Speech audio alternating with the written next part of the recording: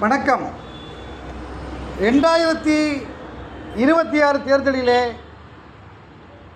தமிழக வெற்றிக் கழகம் பெற்ற வாக்குகள் 1,72,95,640 என்பது புதிய வாக்காளர்களாக 91,34,230 வாக்குகளும், அதுபோல திமுக 2021 பெற்ற வாக்குகளை காட்டிலும் 26 தேர்தலில்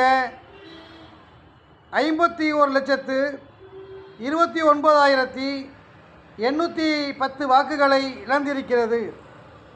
அதுபோல அதிமுக சென்ற 2021 தேர்தலை காட்டிலும் 26 தேர்தலில் 19,62,413 வாக்குகளை நாம் தமிழர் கட்சி 10,69,180 வாக்குகளை தந்திருக்கிறது.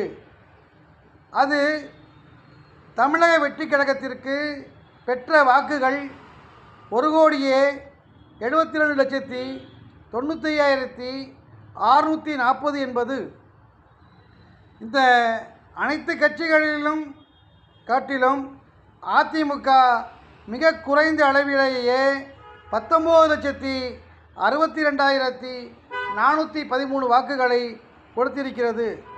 அதிமுக மீண்டும் வலிமையான கட்சியாகவே இருக்கிறது என்பதில் எந்தவிதமான மாற்று கருத்தும் இல்லை. நன்றி, வணக்கம், ஜெய்ஹிந்த்.